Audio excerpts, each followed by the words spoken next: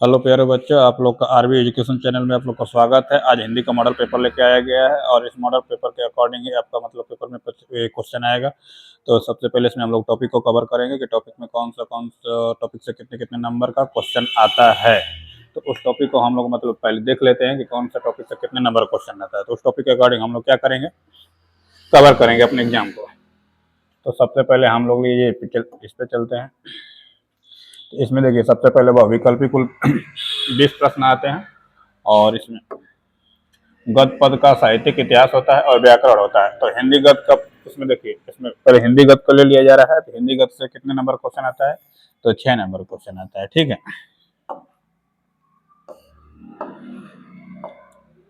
फिर देखिए हिंदी वाक्यांश से मतलब 6 नंबर का क्वेश्चन आता है और अनिवार्य संस्कृत पद्यांश से भी 5 नंबर क्वेश्चन आता है और अनिवार्य संस्कृत पद्यांश से भी 5 नंबर क्वेश्चन आता है और जिलेवार खंड काव्य से भी 3 नंबर का क्वेश्चन आता है और जीवन परिचित 2 आता है 5-5 नंबर का। एक गद्य से आता है, एक पद से आता है। श्लोक भी आता है 2 नंबर का और संस्कृत के 2 प्रश्न आते हैं 1-1 नंबर का। ठीक है, तो 1 नंबर का ये, 1 नंबर का ये हो जाएगा और उसके बाद सूक्ति आता है और 7 नंबर से और लगभग 4 नंबर का। तो इसमें 2 चीज लिखना रहता है। ठीक है,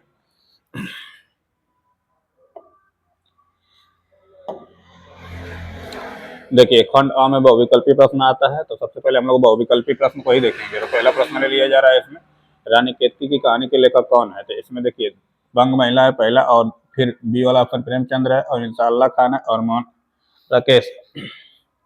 तो इसमें ऑप्शन नंबर सी हो जाएगा। फिर देखिए लौरों के राजहंस की रचना की विधा कौन सा है। तो इसमें ऑप्शन नंबर नाटक हो जाएगा, बी वाला सही है।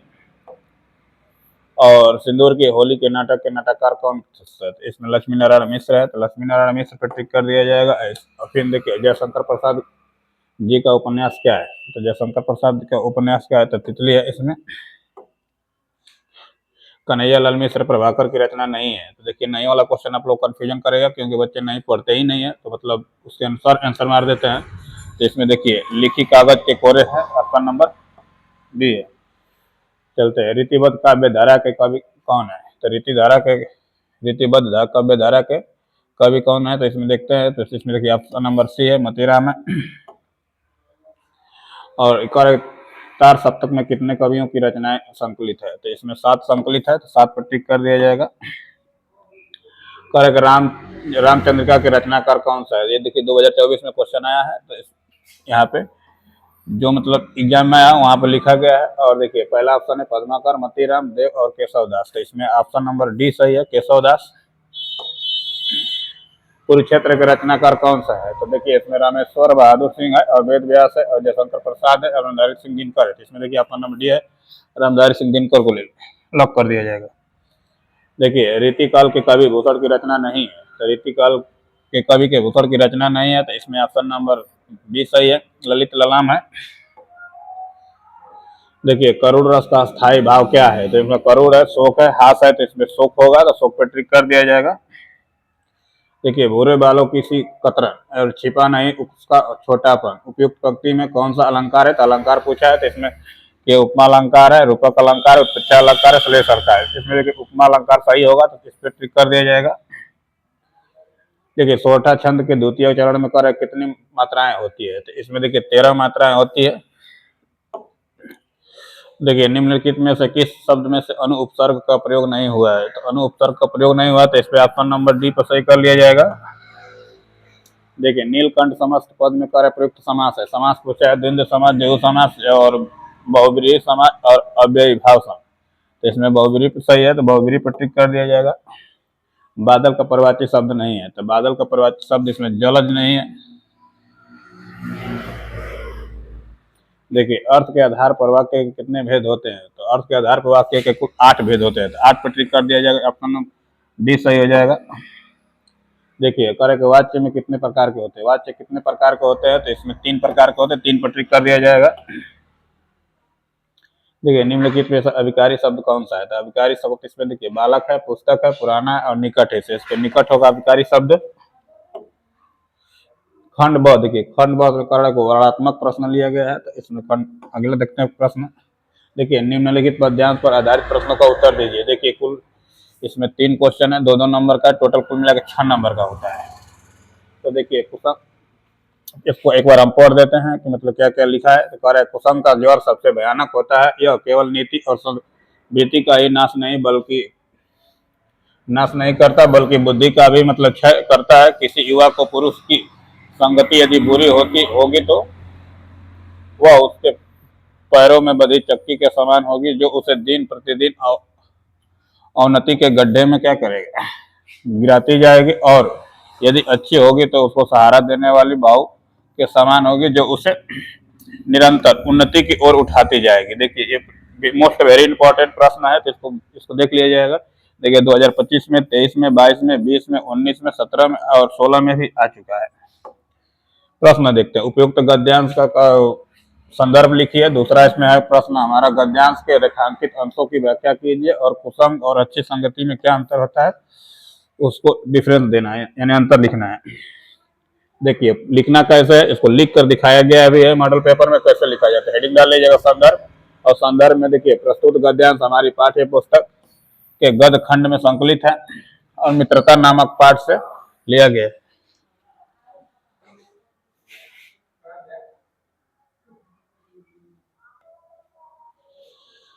तो देखिए संदर्भ लिख के बताया भी गया है। कार्य प्रस्तुत गद्यांश हमारी पाठ्य पुस्तक के गद्य खंड में संकलित मित्रता नामक पाठ से लिया गया है। इसके लेखक आचार्य रामचंद्र शुक्ल जी है। व्याख्या का मतलब अर्थ होता है, अर्थ लिखना है इसका, तो हेडिंग डाल लिया जाएगा व्याख्या। कार्य के शुक्ल जी कहते हैं कि मानव जीवन का संगति का प्रभाव सबसे अधिक पड़ता है और बुरे और दुष्ट लोगों की संगति के घातक बुखार की तरह हानिकारक होता है। जिस प्रकार कार्य भयानक ज्वर व्यक्ति को संपूर्ण शक्ति व स्वास्थ्य को नष्ट कर देता है तथा कभी कभी रोगों को कार्य के प्राण भी ले लेता है, उसी प्रकार बुरी संगति में पड़े हुए व्यक्ति की बुद्धि, विवेक, सदाचार और नैतिकता वह सभी सद्गुण नष्ट हो जाते हैं तथा वह उचित अनुचित व अच्छे बुरे का विवेक भी खो देता है। कार्य कुसंगति किसी भी युवा को पुरुष की सारी उन्नति और प्रगति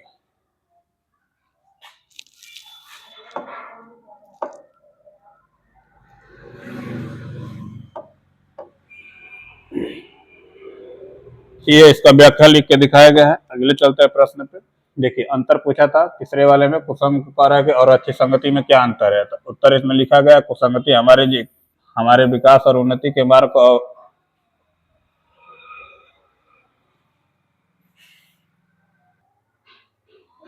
तो देखिए, तो हम लोग अंतर को देख रहे थे, कुसंग और अच्छी संगति में क्या अंतर होता है उसको हम लोग देख रहे थे। कार्य को उत्तर, कुसंगति हमारे विकास को और उन्नति के मार्ग को अवरुद्ध करके अवनति का पतन की ओर धकेल देती है तथा दिन प्रतिदिन विनाश की ओर अग्रसर करती है।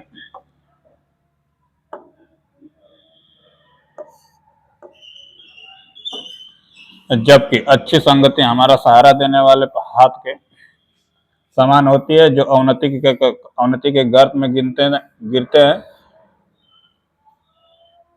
कार्य की जो अवनति के गर्त में गिरने वाले व्यक्ति के कार्य के भुजा पकड़कर उठा देती है और सहारा देकर खड़ा कर देती है, साथ ही उन्नति के मार्ग पर अग्रसर कर देती है। देखिए अगला प्रश्न दिया है, कार्य दिए गए पद्यांश पर आधारित कार्य 3 प्रश्नों का उत्तर दीजिए। ये भी मतलब 6 नंबर का होता है। और देखिए 25, 24, 22 और 20, 18, 17 और 16 में भी आया है। कार्य के इसमें देखिए एक मतलब हम लोग को दुआ दिया गया है, चरण कमल बंदो हरिराई, जाके कृपा पबु गिर लगे, अंधे को सब कुछ दर्शाई और बहरो सुने गूंग पुनि बोले, रंग चले सिर छत्र धराई, सूरदास स्वामी करो नाम है, बार बार बंदो के उपाय। इसमें भी देखिए 3 प्रश्न दिया गया है। कार्य उपयुक्त पद्यांश का कार्य संदर्भ लिखिए, रेखांकित कार्य के अंश की व्याख्या कीजिए और प्रस्तुत पंक्ति में कौन सा अलंकार है, अलंकार भी बताना है। देखिए संदर्भ भी लिख के बताया गया। तो शब्दों कार्य प्रस्तुत पद्यांश हमारी पाठ्य पुस्तक के काव्य खंड के पद शीर्षक के उद्गृत है और यह सूरदास द्वारा रचित सूरदास का महाकाव्य से लिया गया है। व्याख्या भी है, व्याख्या लिख के दिखाया गया है। और तीसरे प्रश्न का भी उत्तर दिया गया। अलंकार कौन सा है, तो चरण कमल बंदों करेंगे, चरण कमल में कमल रूपी को कोमल चरणों के बारे में बताया गया है, इसलिए यहाँ रूपक अलंकार है।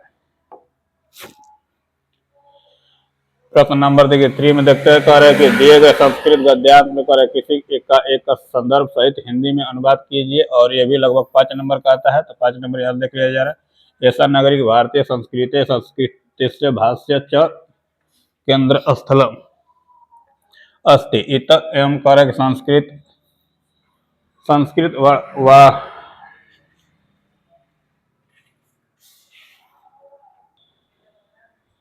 चलिए नेक्स्ट क्वेश्चन पे चलते हैं। यहाँ पे नेक्स्ट क्वेश्चन देखिए, कर दिए गए संस्कृत गद्यांश में कर किसी भी एक का संदर्भ सहित हिंदी में अनुवाद कीजिए, और इसमें अनुवाद एक दिया है, इसमें पैराग्राफ और इसका अनुवाद करना है। ठीक है, ये मोस्ट इंपॉर्टेंट वेरी क्वेश्चन है। और देखिए 25, 24 और 2022 और 20, 18 में आ चुका है। कर संदर्भ इसमें लिख के दिखाया गया, कर कि बस वस्तुमम का गद्यासम कर कि हमारी पाठ्य पुस्तक के संस्कृत खंडे में तरह के संकलित पाठ से लिख गया है। अनुवाद इसमें लिख के दिखाया गया, और इसको मतलब स्क्रीनशॉट ले सकते हैं वीडियो रोक के।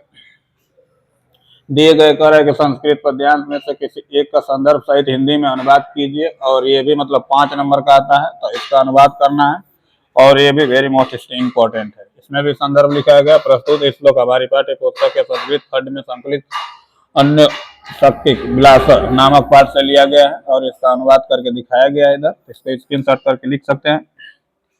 कह रहा है कि पुस्तक का नाम तो अनुदानित है जिले से है, और कह रहा है कि मुक्ति दूध। देखिए अपने पाठित कार्य खंड के आधारित पर निम्नलिखित प्रश्नों के कार्य को उत्तर दीजिए। इसमें देखिए क का उत्तर देना है, इसमें एक देखिए लिख के दिखाया गया, इसमें देखिए ग है और 3 दिया गया, तीनों में से कोई एक का लिखना होता है।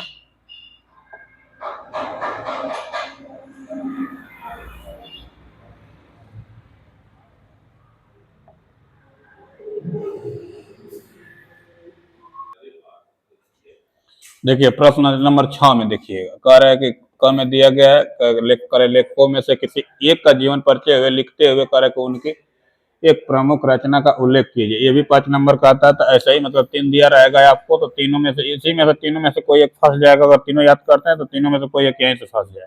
आचार्य रामचंद्र शुक्ल जी देखिए इंपॉर्टेंट मोस्ट है, एक मतलब आने का चांस रहेगा।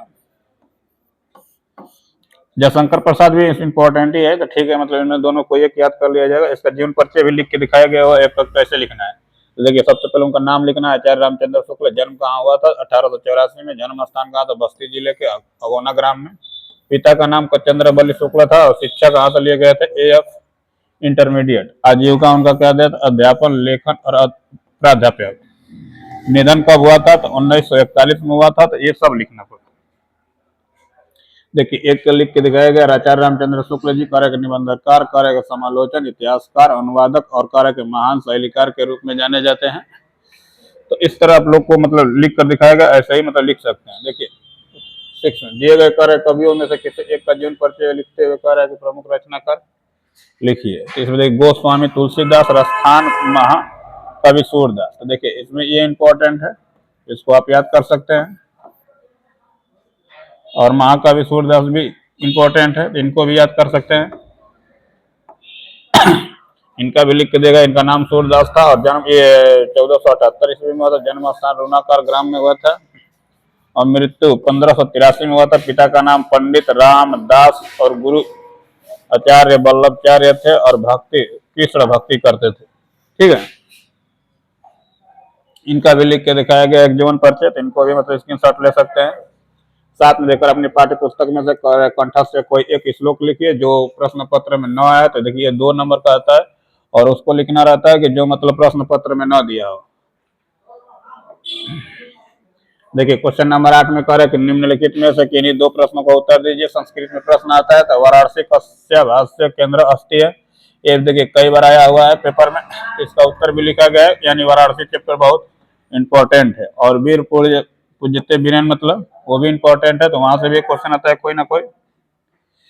पर निम्नलिखित में से किसी एक विषय पर निबंध लिखिए। देखिए जल है तो कल है, मेरे सपनों का भारत, जीवन में कंप्यूटर का महत्व, और सड़क सुरक्षा जीवन। तो इसमें से कोई एक मतलब आपको निबंध लिखना रहेगा। करे कि क्वेश्चन नंबर 10 में कर अपने प्रधानाचार्य को संबोधित करते हुए प्रार्थना पत्र लिखिए जिसमें पर अस्वस्थ होने के कारण एक दिन के आकस्मिक अवकाश मांगा गया है। 4 नंबर का आता है, प्रार्थना पत्र लेटर लिखना है, छुट्टी पे होता है, शादी पे होता है, मतलब फीस माफ के लिए भी होता है कि किसी एक को लिखना रहता है, तो इसमें एक लिख के दिखाया गया कैसे लिखना है। तो सेवा में सबसे लिखेंगे, फिर श्री प्रधानाचार्य जी लिखते हैं और पीजी पब्लिक स्कूल, स्कूल का नाम लिखेंगे, लखनऊ लिखेंगे और विषय अवस्थ होने के कारण मतलब एक दिन के आकस्मिक अवकाश चाहिए, और उसके बाद श्रीमान चाहे महोदय लिख सकते हैं।